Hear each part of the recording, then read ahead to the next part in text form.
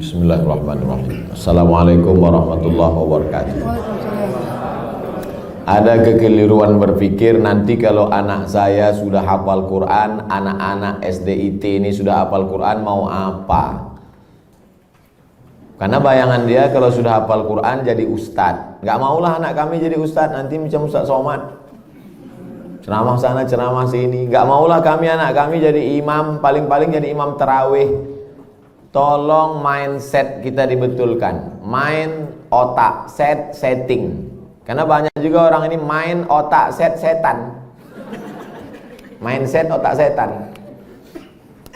Jadi hafal Quran itu bukan tujuan, hafal Quran itu sarana. Tujuannya rumah sakit Budi Kemuliaan, sarananya naik ojek, naik grab, naik mobil, naik sepeda. Ini ngapal Quran ini sarananya, tujuannya supaya dia menjadi hamba Allah, jangan jadi hamba harta, hamba kuasa, hamba wanita. Kalau sudah dia hafal Quran SDIT, habis itu kita tidak paksa dia mau jadi apa, terserah. Anak saya tak saya paksa jadi ustaz, terserah mau jadi apa dia. Bakat dia kemana? Jadi kalau nampak dari kecil udah megang-megang jarum suntik, memang ke fakultas kedokteran lah itu. Dua kemungkinan, kalau tidak pecandu narkoba. Nauzubillah, nauzubillah.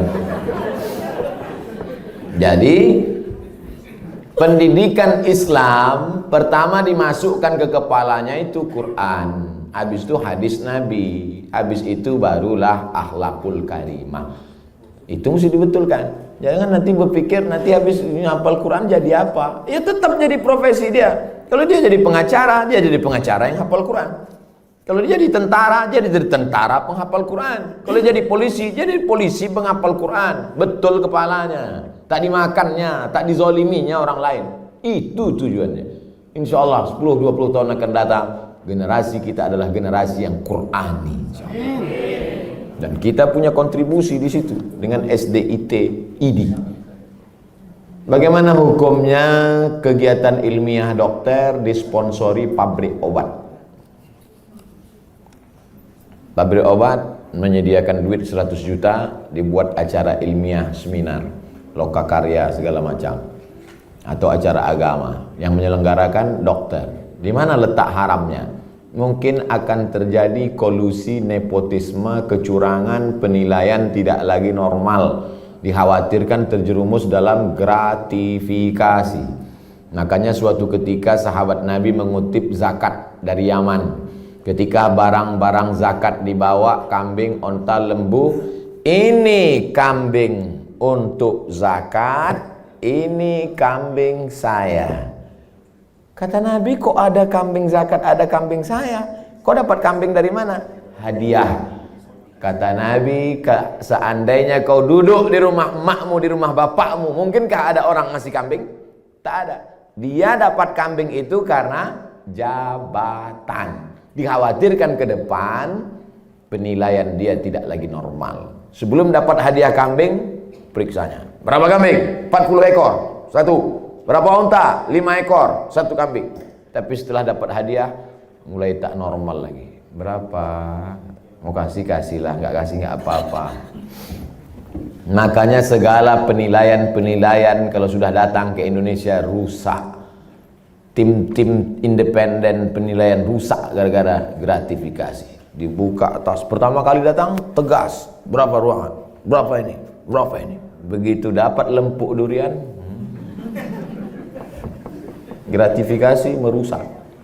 Jadi kalau masuk dia dalam kelompok gratifikasi bisa haram. Tapi kalau pandai tidak merusak, gimana caranya tidak merusak? Teknisnya ya diatur.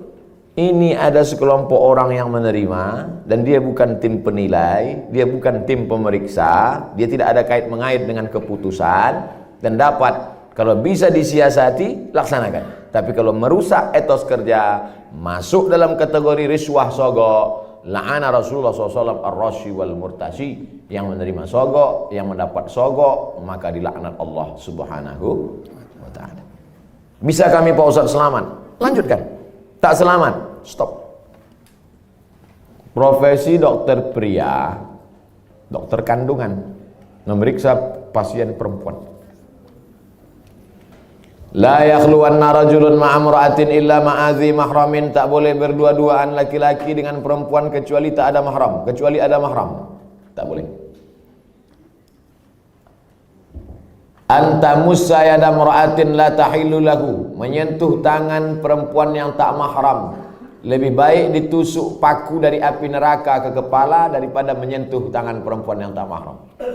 Kena pasal-pasal ini. Tapi ada pasal meringankan, ad-darurat tubihul mahzurat. Ternyata ketersediaan dokter perempuan tidak mencukupi jumlah pasien perempuan. Itulah maka tadi saya sebutkan, kalau diterima nanti 20 anak tahfiz Quran SDIT, nanti mesti ada 7, 5, 10 yang perempuan, supaya mereka nanti akan menjadi dokter spesialis kandungan di UII nanti. Amin. Supaya mereka lah yang akan nanti menutupi ketersediaan SPOG, spesialis obgyn dokter perempuan. Karena kalau tidak, khawatir kita akan terjerumus. Tapi bapak-bapak yang spesialis kandungan, karena sekarang tidak terpenuhi, masuk kategori darurat. Saya sampai sekarang belum tahu survei berapa untuk kota provinsi. Terlalu besar mungkin untuk Indonesia, Provinsi Kepulauan Riau, Kota Batam saja. Berapa dokter SPOG perempuan, berapa yang laki-laki, berapa yang hamil perempuan, memanglah perempuan itu hamil. Berapa hitungannya? Kalau satu dokter itu berapa? Kalau masih dalam kategori darurat, tapi kalau hanya untuk tidak darurat. Ustadz dulu, anak Ustadz Mizyan Hazik Abdillah, dokternya laki-laki atau perempuan? Perempuan. Dokter Sri namanya, di depan UIN Suska Riau, Jalan Pelajar, dokter perempuan. Tapi andai tak lagi ada dokter perempuan, hanya tinggal dokter laki-laki, pilihannya antara dua. Kalau tidak ditangani dokter laki-laki, mati. Maka tak boleh pilih mati. Assalamualaikum Bapak, ya istri Bapak sedang hamil tua, kami tidak ada lagi dokter perempuan, yang ada dua, mati atau dokter laki-laki. Biar aja mati. Tak boleh. Haram hukumnya memilih mati. La tulqu bi aidikum ila tahlukah. Tak boleh menjerumuskan diri sendiri kepada kematian. Pilihlah dokter laki-laki dengan alasan darurat. Jadi Bapak dokter jangan merasa kau sedang berbuat dosa besar, tapi kau sedang menyelamatkan orang banyak. Saya tak bisa merasakan gimana rasanya jadi dokter laki-laki yang memeriksa perempuan. Apakah tak ada lagi nafsunya, atau dia macam menengok daging sapi saja?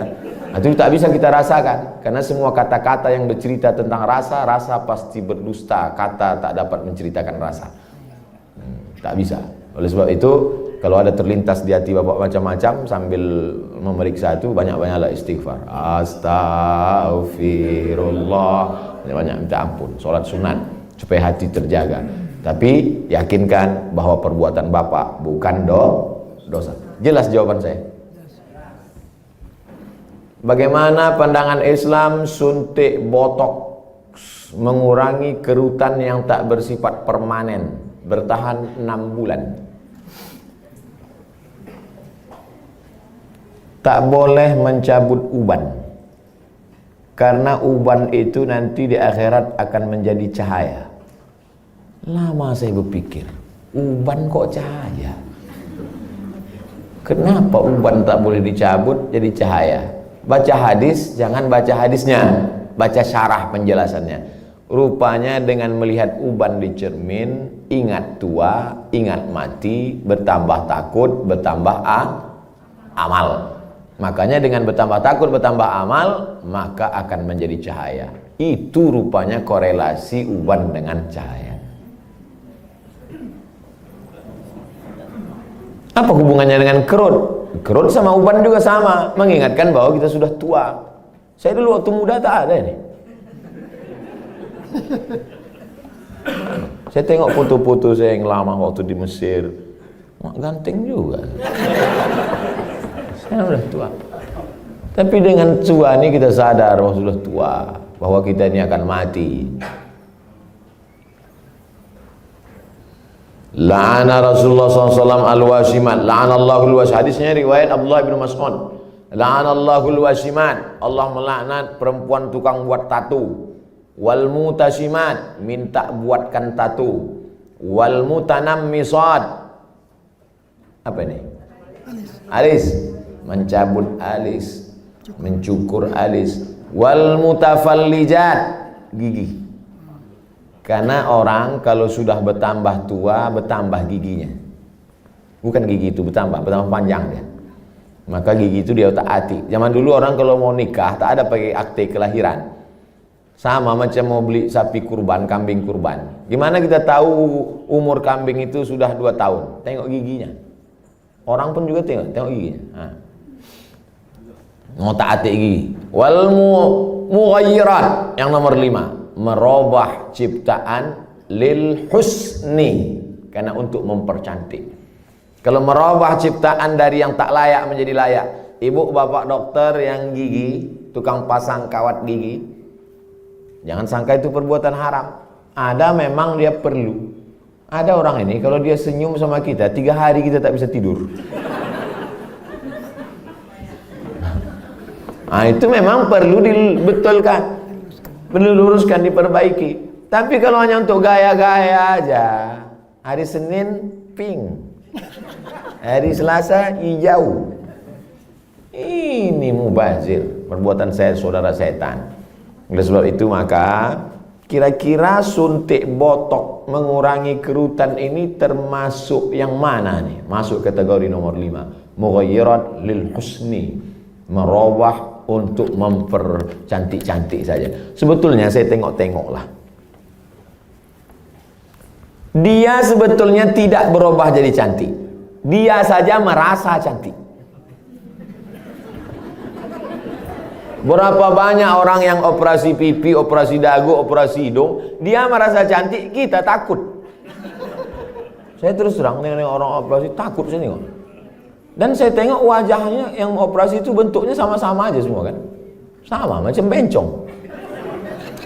Hidung panjang, dagu panjang, panjangnya tak tentu arah pula. Rupanya silikon itu tidak bisa berinteraksi dengan darah. Akhirnya membusuk. Busuklah darah di hidung ini. Kata dokter, ini mesti dipotong. Dipotong hidung ini. Alhamdulillah ada terapi lintah. Akhirnya digantungkanlah lintah. Digantungkanlah lintah di sini. Untuk menyedot nanah tadi. Biasanya kalau kulit kita digantungkan lintah, itu 1 hari lintah itu bisa tahan nyaman. Tapi pas ditempelkan ke hidung, asal tempel jatuh. Asal tempel jatuh, kata lintah. Lintah pun tak mau. Terapi lintah. Bayangkan itu lintah. Yang mau lintah darat aja yang mau. Saking kan busuknya hidung yang gara-gara silikon tadi. Wala udhillannahum, aku sesatkan mereka, kata setan. Setelah sesat, wala umanniyannahum, aku buat mereka berhalusinasi, berimajinasi. Apa kata setan? Kau cantik, kau cantik, kau cantik, kau cantik, kau cantik, kau cantik, kau cantik. Dia saja merasa cantik. Orang merasa ngeri. Hai yang asik dibuat setan operasi, sesungguhnya kau saja yang merasa cantik, sesungguhnya orang merasa ngeri. Tapi orang nggak jujur. Gimana Jeng? Aku kelihatan cantik nggak? Wow, amazing. Padahal dalam hatinya macam hantu gue tengok.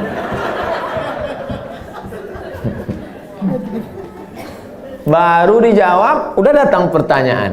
Suntik filler untuk memancungkan hidung dan melancipkan dagu yang bersifat tak permanen 6 bulan. Tak permanen kata engkau. Siapa yakin malaikat maut tak datang dalam 6 bulan? Begitu lancip, cip, mati. Permanen kau.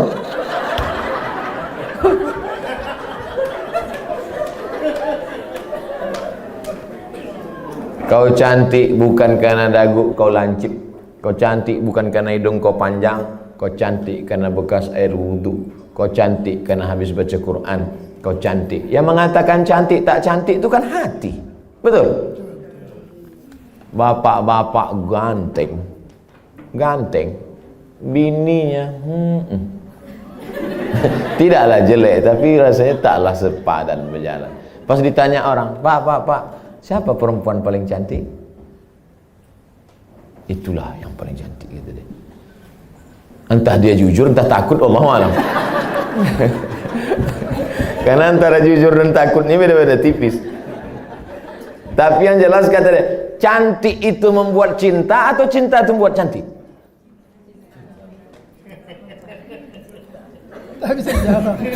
Gara-gara cinta itulah orang menjadi cantik. Karena kalau cantik itu relatif. Gara-gara cinta itulah orang menjadi cantik. Dan cinta itu letaknya di hati. Kalau sudah ibu sentuh hati bapak itu, tak perlu dagu ibu lancip. Macam dagu kambing pun cantik ibu tengok. Kalau dipeturutkan ini, oh makin tua makin berkerut, tambah lagi. Makin tua makin turun. Dia bertahan paling cuma 2 bulan, 6 bulan tahan. Habis itu hidung turun, dagu turun. Tinggal mencari sapu lidi aja lagi. Nenek sihir.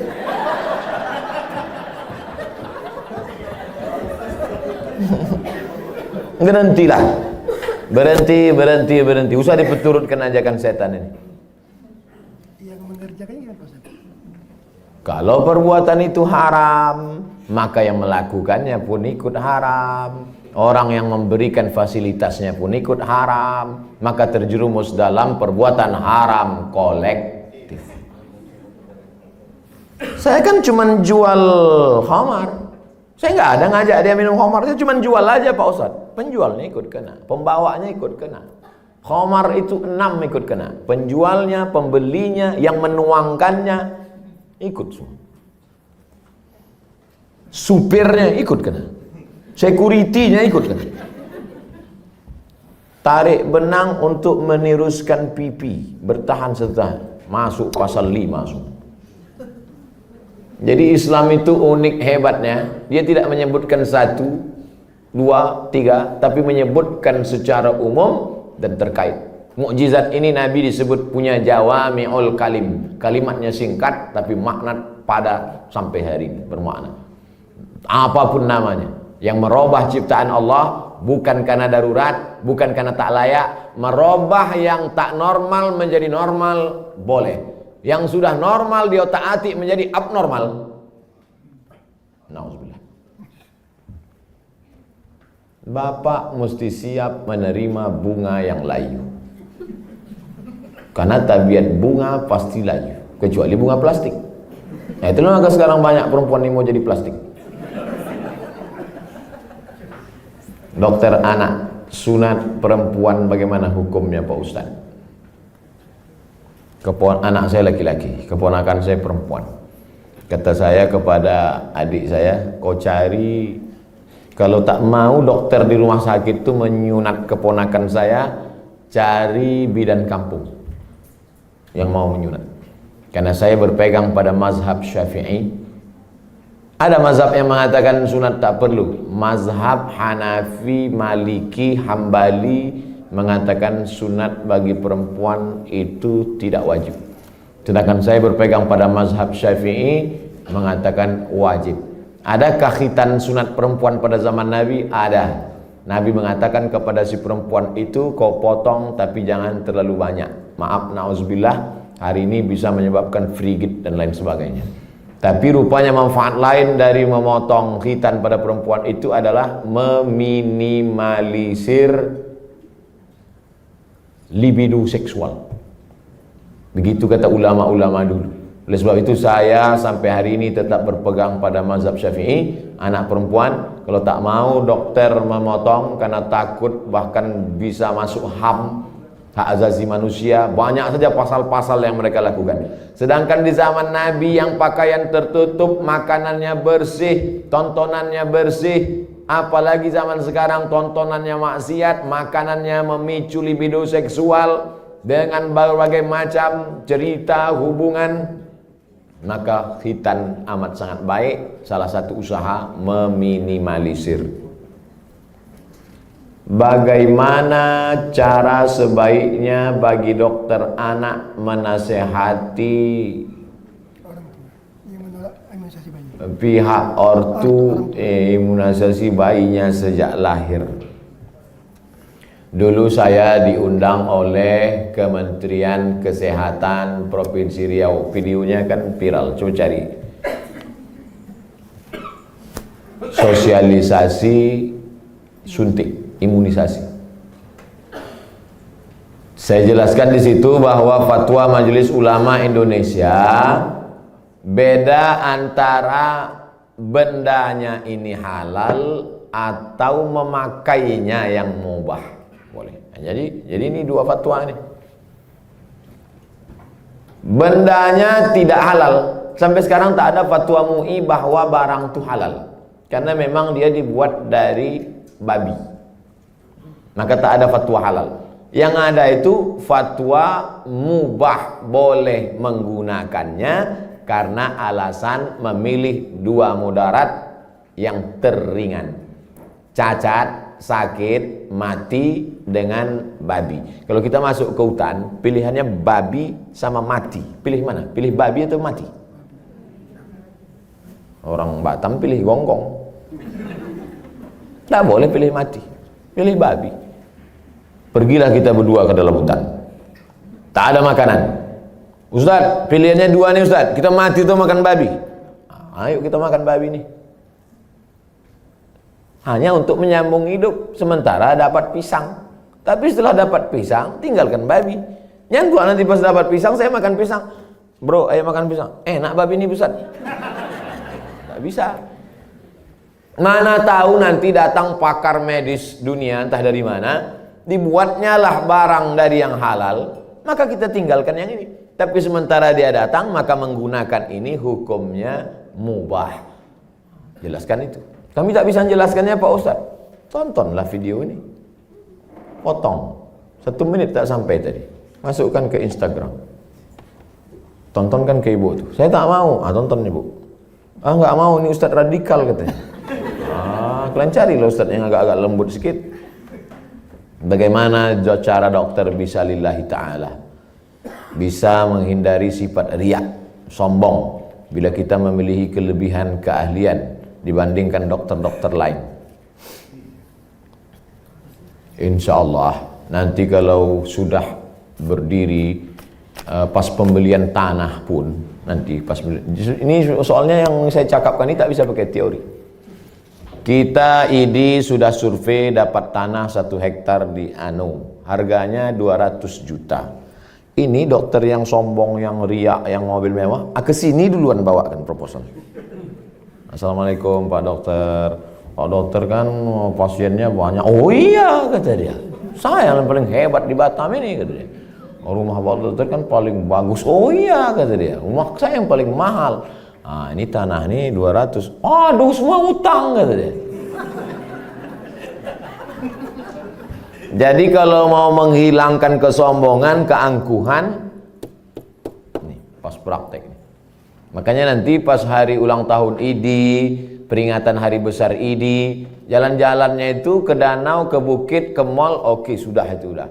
Jalan-jalan ke panti asuhan. Jalan-jalan. Tapi kalau kita sudah punya sendiri, maka tiap hari pertemuan dibawakan, tiap bulan datang di grup ada terus. Belum bayar, ini anak 4. Maka insya Allah itu menghilangkan keangkuhan, kesombongan, keegoan segala macam. Kita hanya berusaha. Ceramah ini ada baiknya, tapi tiap hari ceramah, tak masuk ke kepala. Ada tingkat jemu, ada tingkat bosan. Ada orang bosan pada ceramah. Orang kalau terus muncul bosan. Desainer, koreografer, tukang desainer pakaian itu, yang laki-laki, itu muncul kebosanannya pada perempuan. Kan banyak yang melambai kan? Kalau ada orang bosan pada perempuan gara-gara sering menengok perempuan, itu desainer sama koreografer. Yang lebih mengerikan adalah bosan mendengar ceramah. Apalagi sampai tobat sama ustaz. Aku kalau sama ustaz ini tobat aku. Nah, itu na'udzubillah. Jadi makanya saya ingin mengatakan bervariasi. Ceramah oke, sebulan sekali, seminggu sekali. Tapi harus ada amal yang tidak teori tapi langsung praktek. Nah, maka saya selalu sama. Di mana-mana saya ceramah tak keluar dari 3. Islahut tarbiyah, perbaikan pendidikan. Islahul iktisad, perbaikan ekonomi. Islahul siyasah, perbaikan politik. Perbaikan politik, pilih anggota dewan yang peduli pada syariat Islam. Perbaikan ekonomi, belanjalah ke warung tetangga, bangkitkan ekonomi umat. Perbaikan pendidikan, masukkan anak-anak ke pondok pesantren. Yang punya duit banyak, beli tanah, dirikan sekolah. Karena sekolah yang ada sekarang belum mampu untuk menampung anak-anak kita. Apalagi anak-anak yang tak mampu. Daftar ulang 17 juta. Anak siapa yang bisa? Tak tertampung. Yang sekarang tidak mendapat pendidikan layak itu 10 tahun lagi, 3 tahun SMP, 3 tahun SMA, 4 tahun S1. Yang sekarang SMP cabut, mabuk, sakau, lem kambing, itu yang akan jadi anggota dewan tahun 2040. Satu-satunya jalan memperbaiki umat lewat pendidikan. Dan ID tidak hanya menyehatkan badannya, tapi juga menyehatkan generasi ke depan, insyaallah. Amin. Udah aku sampaikan ya Allah. Kalau tak percaya juga ID nintahlah.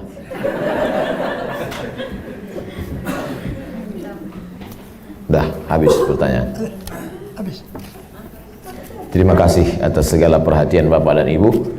Ceramah kita pagi ini baru starting point, baru start. Ini belum finish. Ini baru garis start. Usaha kita ke depan. Masih, saya tak bisa mengontrol. Bapak Ibu lah saling tolong menolong. Mudah-mudahan kita tetap saling tolong menolong dalam kebaikan dan ketakwaan kepada Allah.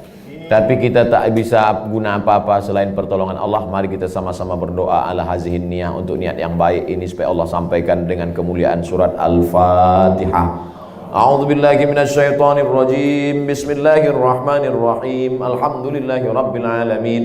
Ar-Rahmanir Rahim. Maliki yaumiddin. Iyyaka na'budu wa iyyaka nasta'in. Ihdinas siratal mustaqim, siratal ladzina an'amta 'alaihim ghairil maghdubi 'alaihim waladdallin. Amin. Allahumma shalli ala sayyidina Muhammad wa ala ali sayyidina Muhammad. Allahumma inna nas'aluka bisirril Fatihah wa bisirri nabiyyika Muhammad sallallahu alaihi wasallam at-tuballigh maqasidana.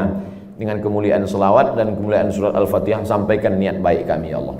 Wa taqdi hajatina, tunaikan hajat-hajat kami, hajat dunia, hajat akhirat ya Allah. Allahumma barik lana fi arzaqina, rezeki kami ini berkahilah dia supaya bisa menjadi amal soleh yang tetap mengalir sesudah kami mati ya Allah. Allahumma alif baina qulubina, satukan hati kami, pertautkan jiwa kami supaya kami ikhlas beramal karena Engkau.